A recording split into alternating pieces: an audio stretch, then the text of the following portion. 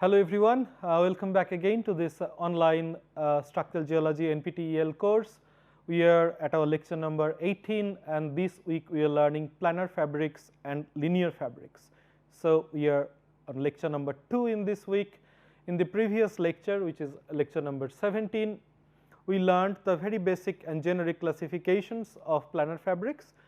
We also learned how to differentiate primary and secondary fabrics. In the primary fabrics, we mostly considered the sedimentary layers, and secondary fabrics we considered deformation induced fabrics. So, in this lecture we will mostly cover these following topics. So, first we will do a morphological classification of planar fabrics, that means the way they appear, it is not their generic nature, and then we will actually look for some very special attributes of planar fabrics which are associated with different structural styles, particularly folds, and they have some special names as well. So, we learn one after another. We will also try to figure out what is their mechanism of formations, and at the very end of this lecture we will particularly focus on the origin and micromechanics of planar fabrics. So, when we talk about the morphological classifications of foliations or secondary foliations in particular, a series of morphological features are considered, and what are these specially are listed here. Mostly 5 characters we consider. So, first one is the spacing between the planes or planar domains, that how closely they are spaced and what is within the space. We will look at it soon. Then shape of the planes, whether it is rough, smooth, wiggly, etc., etc. Then we will also consider spatial relationship between the planes, that means whether these planes are parallel to each other, anastomosing to each other, whether these are conjugate, cross cutting, and so on. We also look whether what is the characteristics of the boundaries of the planar domains, whether these boundaries of these foliations are gradational, sharp, discrete, etc., etc., and essentially finally look at the fabric of the rock between the foliation planes, that means whether this is planar or folded and so on. Now, one thing is very important to understand at this point, that all these morphologies that we talked about, whether be it spacing, shape, their spatial relationship, characteristics of the boundaries, fabric of the rocks, etc., etc., all these are functions of the metamorphic grade of the deformation or metamorphic grade of the rock. What was the PT conditions, what was the heating and cooling history, what was the fluid activities, etc., etc. We will look at it later, but the spacing, shape, spatial relationship, characteristic of the boundaries, fabric of the rock, etc., etc., all these do vary greatly with the metamorphic grade of the rock. So, here is the table that classifies the secondary foliations.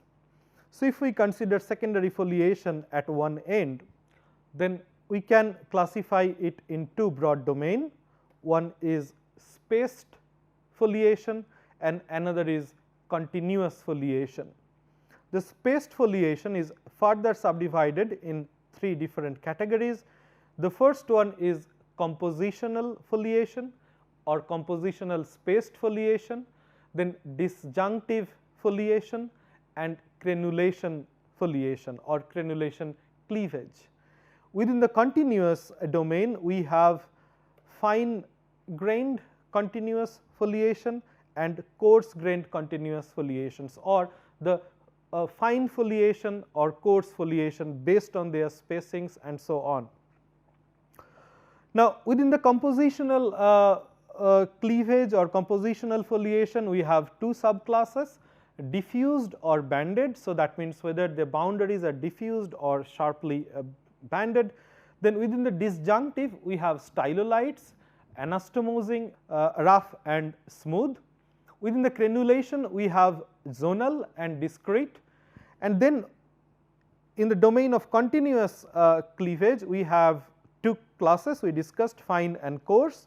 Within the fine, we have micro crenulation, micro disjunctive and micro discontinuous, these 3, and within the coarse foliation we have mineral grains and discretes. So, we will not really look at the last column here, but we certainly talk about spaced foliation, continuous foliation, and within the spaced we talk about compositional disjunctive crenulation, and then within the continuous we very briefly discuss the fine and coarse grained foliations. So, let us have a look what do we mean by spacing in the foliations and how do we characterize them. As you can see in these illustrations that from this end, from your left side to the right side of the screen, you see a series of lines are drawn, and on the right side the spacings between the lines from the left side have continuously decreased. Now, if we try to put them in a scaled form, so if I consider here the spacing is about 0.1 millimeter, here is 1 millimeter, here is 10 millimeter, here is 100 millimeter, that means close to 10 centimeters, and here is 1000 millimeters, that means 1 meter. So, this is in log scale. So, if the spacings between the two cleavages or two deformed domains in the foliated rock is extremely close or is close to 0.1 millimeter or less, then we define it as slaty cleavage. That means you cannot distinguish the space between the two foliations or two layers of foliations. However, if the spaces increases or however if the spaces increase, then we arrive to strong foliation where the spacing is around 1 millimeter, then we arrive to moderate where the spacing is about 10 millimeter, then weak, and then here we arrive to isolated stylolite, which we actually do not consider as foliation, because if you remember in the first lecture we decided that whatever is more than 10 centimeters, the spacings between the two foliations, if it is more than 10 centimeters, particularly for secondary foliations, we do not consider it as a foliation. Now, there is also one important aspect in considering this slaty, strong, moderate and weak cleavage, because in the field not necessarily you are carrying the scale or you would be measure. So, you generally look at by your eyes, but when you take this rock in the laboratory, the foliation you considered in the field as slaty cleavage or strong cleavage, when you look at under microscope you might find that this is actually a spaced cleavage. So, this is also very scale dependent, though I have tried to give you some sort of scaling ideas of what is the foliation. So, in summary, if you do not have much space between the two foliations, then we assign the name as continuous cleavage, and if we have spaces between them that we can recognize, be in field or be under microscope, we call it spaced cleavage. Now, based on whether this is continuous or spaced, we classify it in a different way. So, the two nomenclatures come in the picture, one is cleavage domain and another is microlithon. What are these two? These two are very important in the context of the spaced and continuous foliations or cleavage. Now, cleavage domains are generally assigned to the fact that it describes the concentrated zones of fabrics which actually defines the cleavage or the foliation.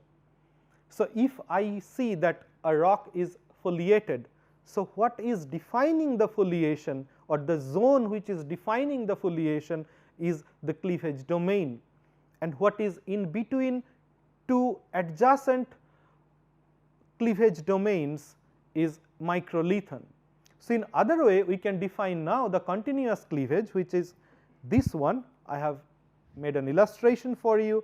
So, if you do not find a space between the cleavage domains, so in this case all these striations like things, these lines here, you see these the traces of the foliation on this screen, there is no space in between, or at least these spaces are not very well defined or visible. So, therefore, we assign it as continuous cleavage. That means, a cleavage which has only cleavage domains, but not microlithons at the scale we are looking at, we call it continuous cleavage. Disjunctive cleavage, on the other hand, is where you have microlithons in between the two adjacent cleavage domains. For example, in this image, the second one, what we see here, again this is a trace of the foliations on the screen we are looking at. What we see here, these grayish lines are your cleavage domains, and in between the cleavage domains, so if I consider this area, so what I am drawing with the red line is the cleavage domain, and in this case these are anastomosing, and what is in between within the two cleavage domains here and here, these two are the microlithons. So, in this entire illustration you have alternating microlithons and cleavage domains in anastomosing manner. In the third image, what we see here, that cleavage or foliations are defined by these lines, which are the traces of this very closely spaced microfolds or microcurvatures.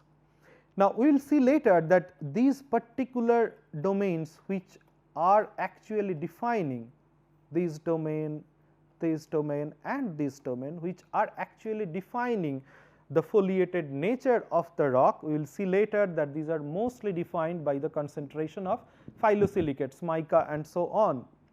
And what we have in between this and this is the exposition or disposition of these microfolds.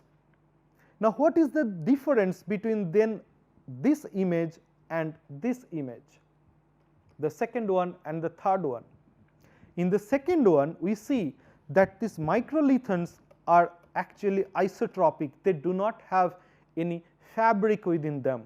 However, here this is the microlithon domain between the two cleavage domains, and we have a very consistent fabric within them.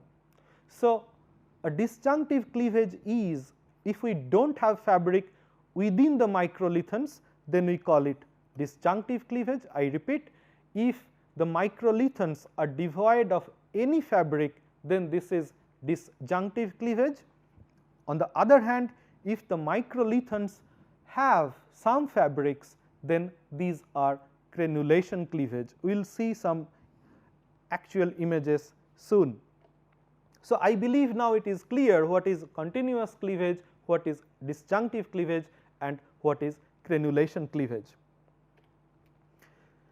Now, we will look at a series of photographs. So, first we start with continuous cleavage in the field scale. The first image you see on the left side, this is shell, and as the title suggests that this is slaty cleavage. So, you can actually figure out immediately that this is your secondary foliation based on the appearance of this, and they are continuous because you do not see any space between this foliation. They are very much continuous foliation. In the second image as well, you may figure out that okay, these maybe there are some spaces between these two, but if you look closely, then you will figure out that even within this mica schist, which is a photograph from the again the Chaibasa formation, actually these are like books, the sheet of the books or the pages of the books. It's very closely, very densely spaced. So, you do not find the thickness of the pages by, or you do not figure out the thickness of the pages by your naked eyes. So, these are examples of continuous cleavage. As you can see here, I also give you a tip. Continuous cleavages are generally the first cleavage that you form after the deformation. So, if I have a sedimentary rock and I deform it, or even an igneous rock, the first foliation that forms out of deformation is generally continuous in nature. The next generation foliations are mostly spaced cleavage. where the form surface is the continuous foliation itself. Now, this is an optical photomicrograph. What you can see here, the entire width of this image is 1.8 millimeter. What we see here again, this is also slaty cleavage, and this is also in a slate, that is why the name came from slaty cleavage. And you also can see that you hardly can figure out the space between the two foliation planes or the traces of these lines, where you do not find any space between them. It's very much continuous in this side, and they are very closely spaced. So, the sense of the foliation is certainly there, but you can't figure out the spaces between them. So, this is a continuous cleavage in micro scale. So, we have seen continuous cleavage in field scale in the previous slide, and they more or less appear in a very similar way in the micro scale, only the scales are different, but characteristics are very much similar. Let us have a look to the disjunctive cleavage in the field scale. What we see here, these are some sort of solution seams. So, clearly these are your cleavage domains. They are anastomosing in nature, as you have seen in the illustration in few slides back. Few are strong, few are weak. But what is important, as we have defined disjunctive cleavages, that within these two cleavage domains, if I consider this one and this one, the material here is very much isotropic in terms of their fabric. The fabric is of 0th dimension. So, there is no fabric in between, just this anastomosing cleavage domains we see. So, this is disjunctive cleavage in the field scale. Do we see it in the micro scale? The answer is yes. So, here is one of this microscopic image under cross polarized light, and you see here that the cleavage domain here is quite broad, where we see the concentration of biotite, this greenish mineral, and in between. So, this is cleavage domain,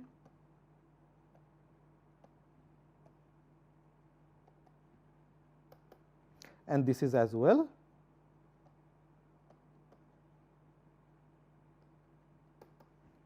And in between what we have is the microlithon.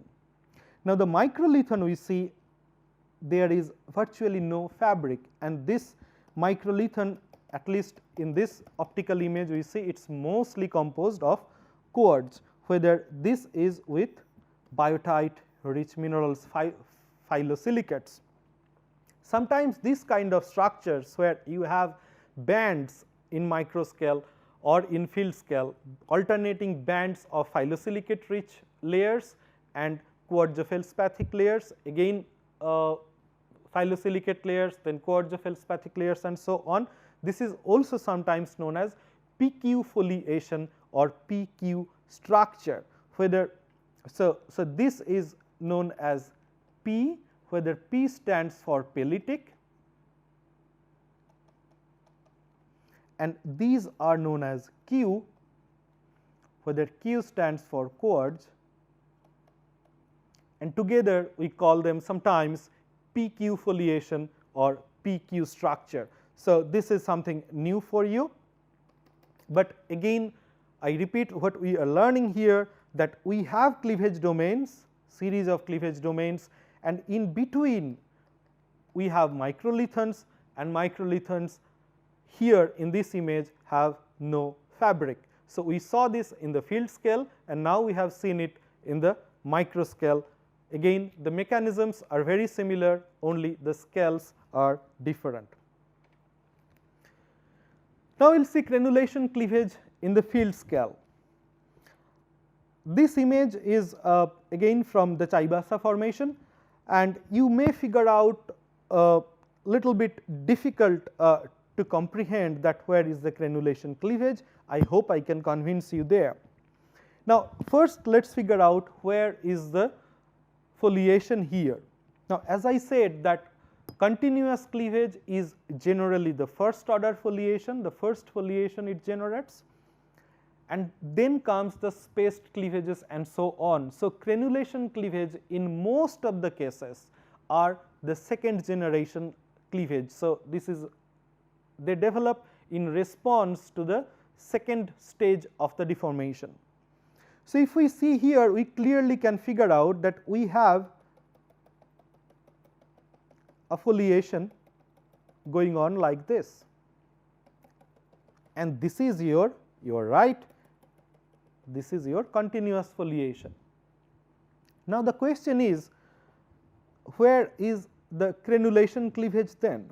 Now, if you look carefully, you may see that a fabric is being developed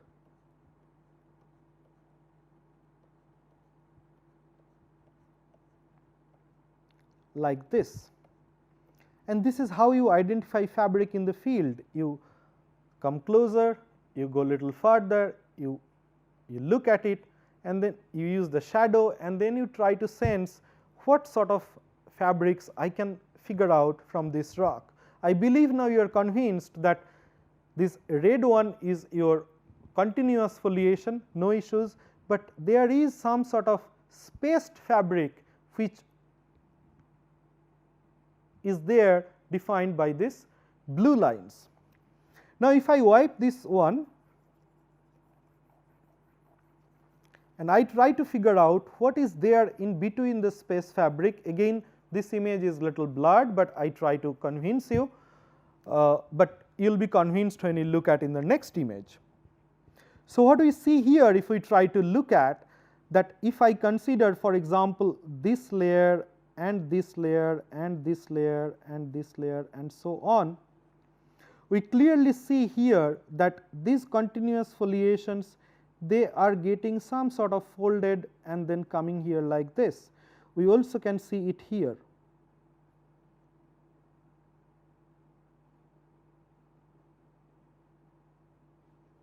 And these particular orientation is defining the cleavage.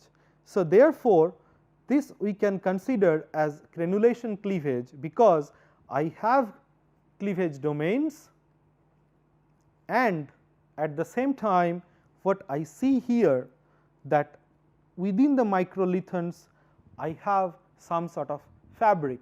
The image you see at the background of this lecture is actually a thin section of this rock, and I believe you are now convinced that this is a crenulation cleavage. So, here is an example of crenulation cleavage again from the micro scale. This is 7 millimeter is the width of this image, and you clearly see that these are your cleavage domains,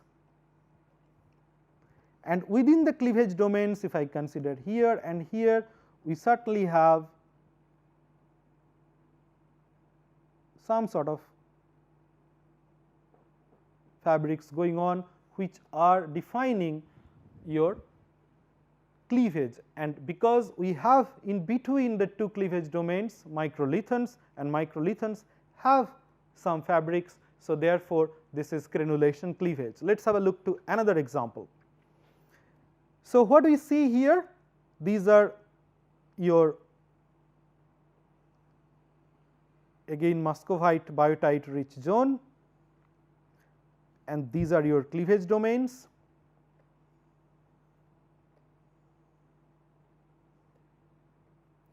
So, these are your cleavage domain, this is also cleavage domain, and this is also cleavage domain, and in between you have microlithon and so on. Now, how are these microlithons? Yes, we have a fabric here within this microlithon, and therefore, this is a crenulation cleavage. So, if we try to figure out now that what is the relationship between the metamorphism and the fabric development, I have summarized a table here which is very much comprehensive for you. So, on the left side we have the rock names, and we started with slate, which is a very low grade metamorphic rock. Then we slowly approach to phyllite, schist, gneiss and migmatite. So, from top to bottom the grade of metamorphism has increased. Then how do they look like under thin sections is defined in the second column. You can see here slate is defined by very, very fine grains. So, the grain size is here, relative grain size, and it is generally produce and this generally produces excellent cleavage. So, the comments are here, excellent rock cleavage, and we have learned that this must be the continuous cleavage.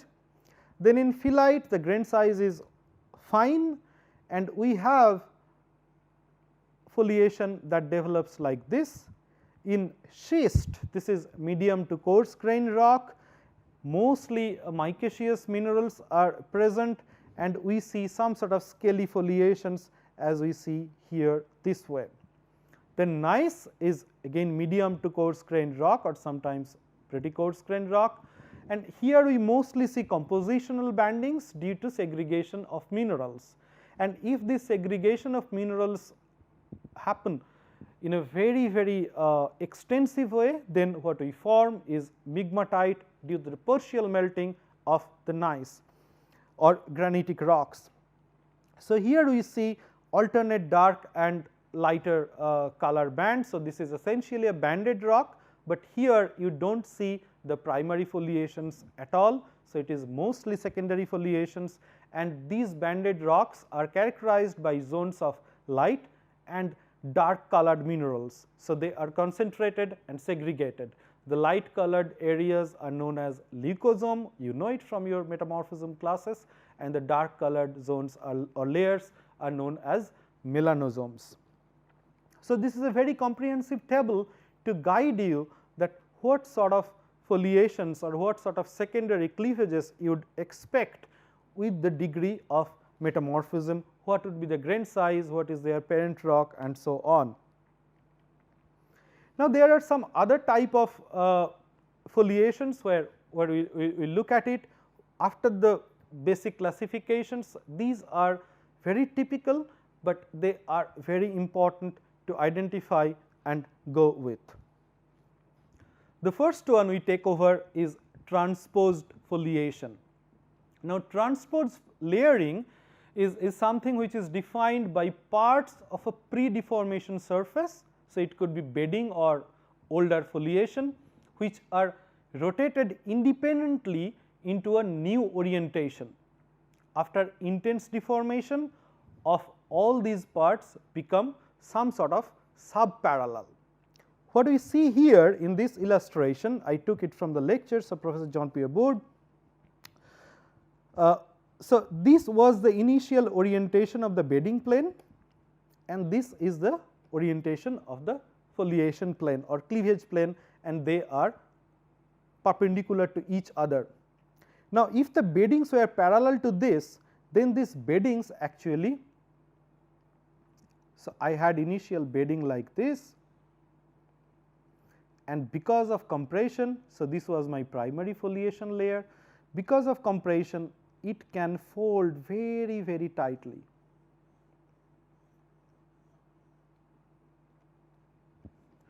And then you develop your secondary foliation in this manner. We will learn soon that these are axial planar cleavages. So, this is exactly what we see here. These are tightly folded, and on this side if we cut it along the bedding planes, we see that the traces of this are something like this.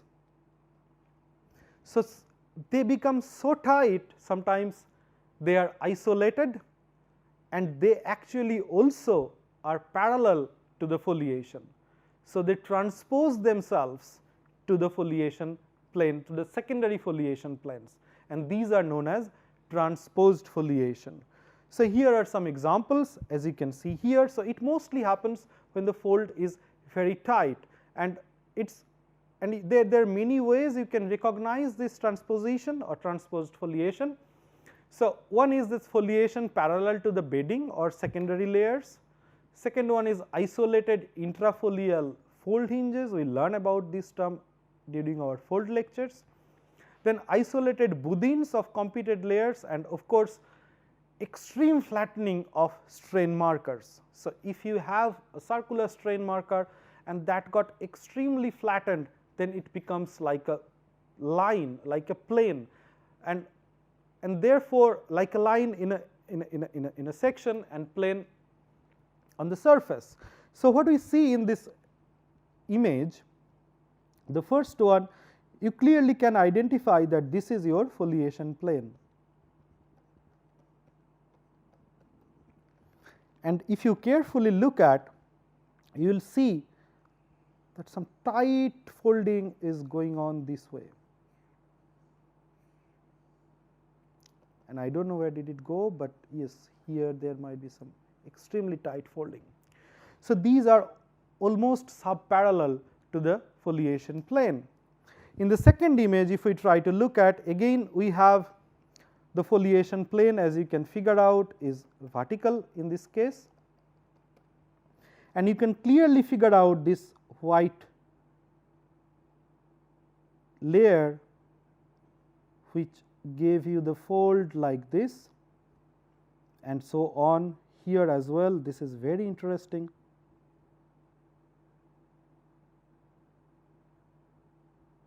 And so on. This probably went up, and then probably it has a rotation and came back somewhere like this. So, this is extremely complex, but you can see that this is almost aligned subparallel to the foliation. And here as well we can see this is little difficult to figure out, but we see here the foliation is like this, and this is a continuous cleavage or continuous foliation, and we see some rootless sedimentary layers here, then something here,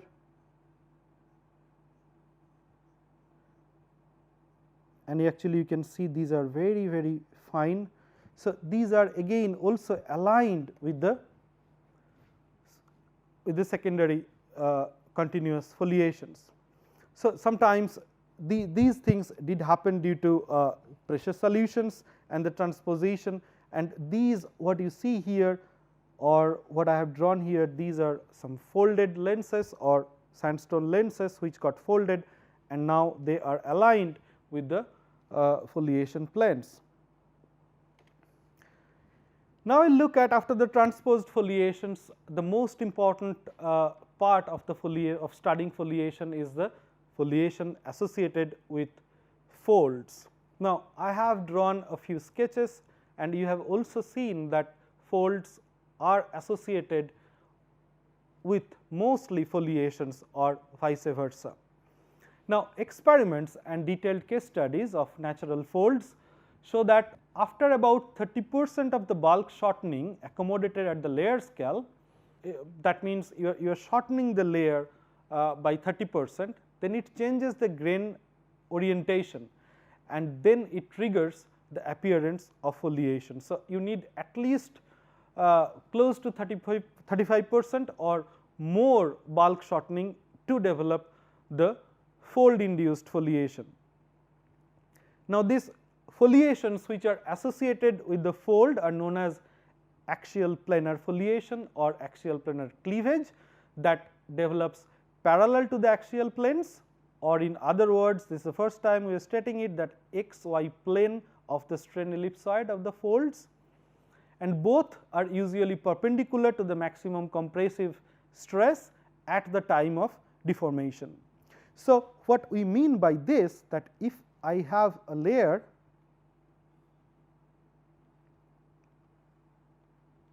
like this and we deform it this way, then if the layer gets folded like this,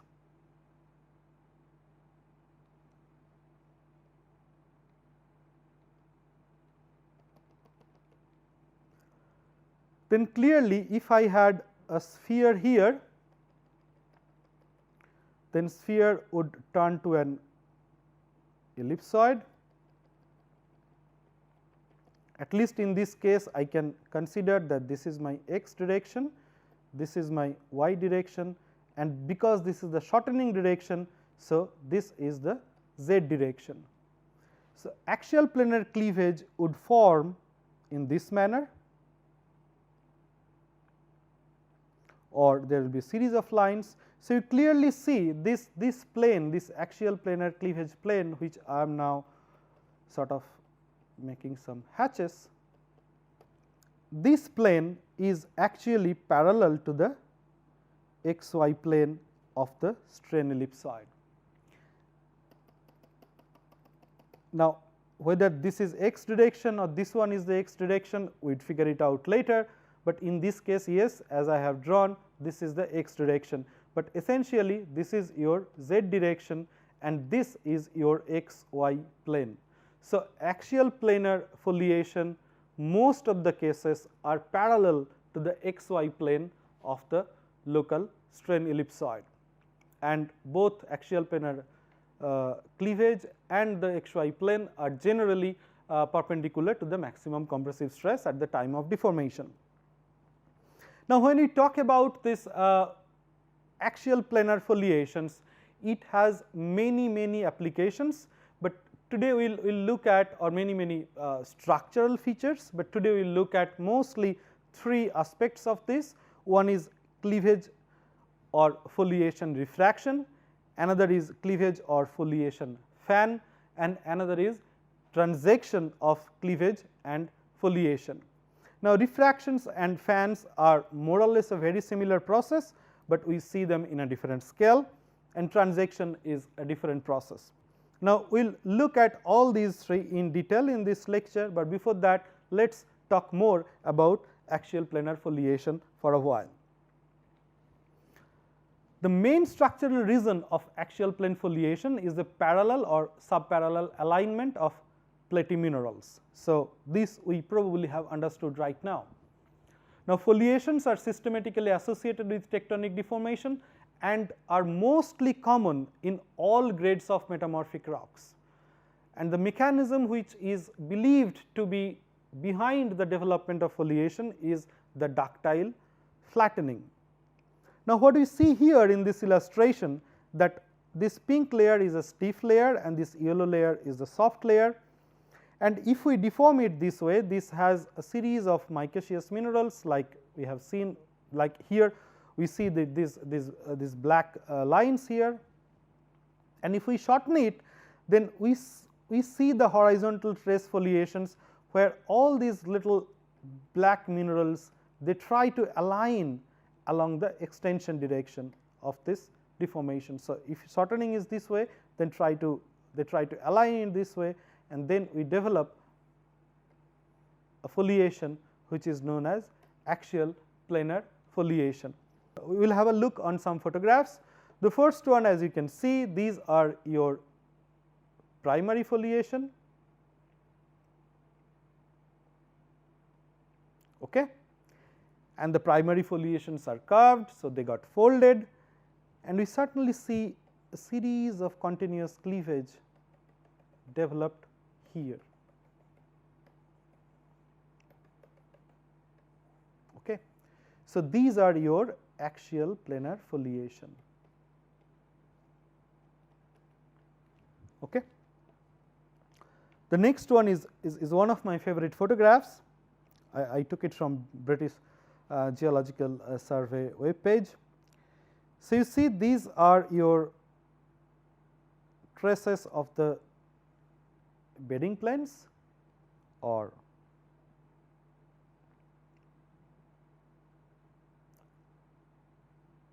primary foliation you can think of.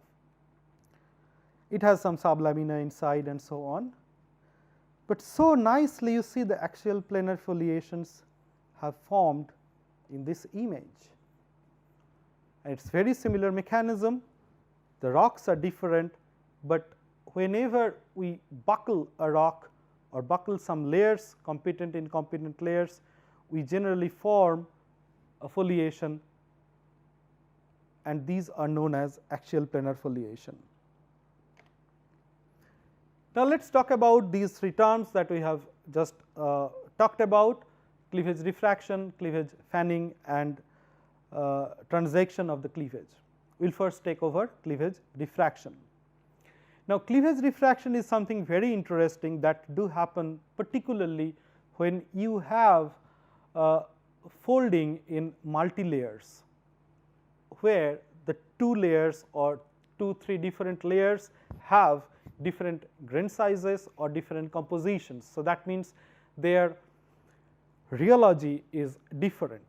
Now, if that happens, then this change of angular relation and that changes the angular relationship between the foliation and the bedding across the lithological boundaries, and therefore, we do not see the foliations are very straight. So, they go in a zigzag manner, and this is known as foliation or cleavage diffraction. And this diffraction mostly occurs because of the viscosity contrast along alternating layers, which produces the differential strain at different places in different ways. So, if I try to summarize it, say for example, I have a homogeneous body, I have a circle, we have learnt all about it, and I deform it by both compression and shear, then I know that this would take a shape like this. I am sorry, this should get a little shortened as well.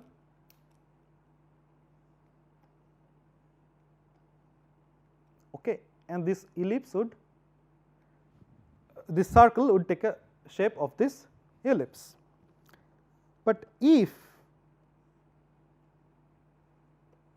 I have two different layers, say this one is competent and the top one is incompetent, say this is sandstone and say this is mica rich rock. Okay. Now, initially I have the same circle I have drawn here, and I am applying the same deformation here, and if we deform it, both of them would get sheared. However, because mica rich rocks are rheologically weaker, this ellipse of the deformed area would not be, this ellipse here would not be as systematic as we have drawn here, because this would deform more, this ellipse would be like this, and here it would deform less. So, we will get a local variation of the strain ellipse due to rheological contrast. So, clearly here the long axis is like this, and here the long axis is like this, and this is the reason of your cleavage diffraction. So, in incompetent layers or layers like mica rich layers, the angle is less, and in strong or competent layers this angle is high. Let us have a look on some examples. What we see here, I made a sketch on the other side, but you can clearly figure out that this is your primary foliation layer,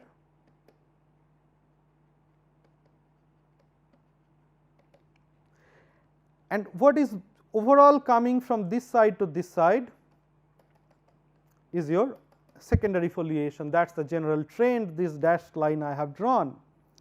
But if we look closely here, as I have drawn here, that at this area these cleavages are a little bit deflected.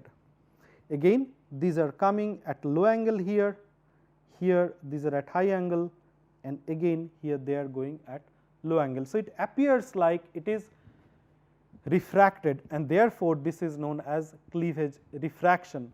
And from this image we can figure out that this has more mica and this has more mica than this area, and I was in the field. So, I know this was mostly sand rich layer and this was mica rich layer. So, this is a classic example of the cleavage refraction. Now, if this cleavage refraction do happen systematically in a folded layer, then it gives a fantastic pattern which is known as cleavage fanning. Now, what happens? You see that this is the fold.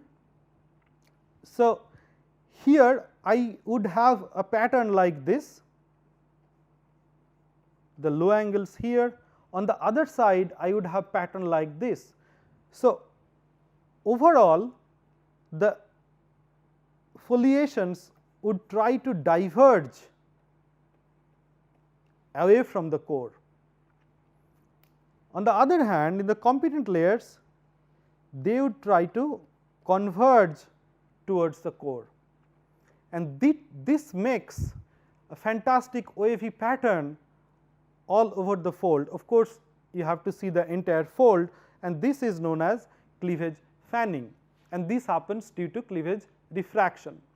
So, in cleavage refraction, axial plane foliations typically fan, that is, they display a radiating pattern within the fold.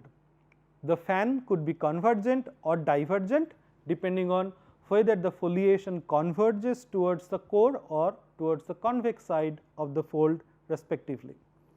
Now, competent layers tend to develop parallel folds in which strain axes are high angles to the layer of boundaries, thereby generating convergent fans.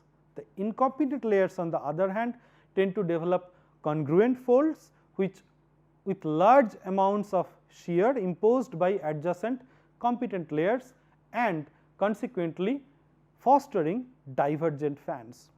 Now, a series of terminologies are here like parallel folds, then congruent folds and so on. We will learn about it later, but I believe you understood the mechanism. If the layers are strong layers, that means competent layers, the foliations would converge towards the core, and if the layer is incompetent layer or weaker layer, the foliations would diverge away from the core. So, here is a cartoon diagram, but we will see the real field photographs in this slide. The first one is a field photograph. As you can see that this is your competent layer, or all these alternating layers are your competent layers. Here you can clearly see the foliations not that much developed, but you can figure out they are converging towards the core. Even here, if I try to figure out the trace of the foliations, at least in this section, is something like that, and I can figure out these are converging towards the core. However, if I try to look at this incompetent layer, which is this one, this area, it got a little bit eroded, but I clearly can identify that these are diverging away from the fold core, and therefore, these are your perfect example of cleavage fanning, where in the convergent layers, in competent layers they are converging towards the core, in the incompetent layers they are diverging away from the core. This is also a very classic example of thin sections, a photograph of a thin section, the photograph from John Ramsay. You can see this pinkish layer is a quartz rich layer, and this is of course a strong layer compared to this micaceous layer outside, the greenish one. You can clearly see that if this I consider this is the fold core, the layers are diverging away, and this is absolutely what is known as cleavage or foliation fanning. Now, cleavage transaction is something different. So, what happens? You have formed the fold, you form the axial planar cleavage, but the fold is continuously rotating due to shearing or some sort of oblique deformation. So, therefore, the axial planes or axial planar cleavage would also tend to rotate, and they not necessarily track the axial plane of this fold. So, in this illustration, if you see that this is actually your axial plane, or this is the actual axial plane. However, this foliation is drawn by this blue shade plane is not tracking the axial plane, it is slightly deviated, and this is known as cleavage transaction. So, transaction is generally attributed to a rotating strain field during folding, with eventually pre-folding initiation of foliation and fold axis developing oblique to the bulk flattening direction. Now, we more or less have covered the basic terminologies related to foliation. What is left is the mechanism or formation of foliations. How do they form? We will not go into the detail of this part, but I just give you some examples. So, I just give you some examples. So, there are 4 major micromechanisms responsible for the development of the foliation in deformed rocks, and these 4 major mechanisms, they can work separately or in conjugation. The first one is shape controlled mechanical rotation of pre-existing inequant grains or fabrics. The second one is modification of grain shape and volume through pressure solution. The third one is modification of grain shape by intracrystal slip or diffusion. If you remember that the slip systems or diffusion creeps, they produce some sort of shape preferred or crystal preferred orientation. This is what exactly we are talking about. And the fourth and final one is the growth of inequant grains in preferred dimensional orientation under the deviatic stress field. So, all these 4 mechanisms are actually summarized by a fantastic summary diagram by Pasquier and Trau in their 2005 book of microtectonics. So, here there are many textures or many features, geological features, which got deformed this way, compressed this way and got extended this way, and you can see they all of them are showing some sort of fabric development along this direction. You can look at this image in detail. So, for example, here you have elongated grains which were initially spherical, you have some sort of pressure shadows, we have grain uniaxial unidirectional grain growth here. So, multiple crystals, a single crystal came, you have unidirectional grain growth. So, you have a nucleus here, and then because of this compression the grain is growing mostly in this direction and so on. So, this is a fantastic summary diagram defining or describing the formation mechanisms of foliations in deformed rocks. So, I conclude this lecture here on foliation, and in the next lecture we will discuss the linear feature of deformed rocks. In other ways, we will talk about lineation. Thank you very much. See you in the next lecture.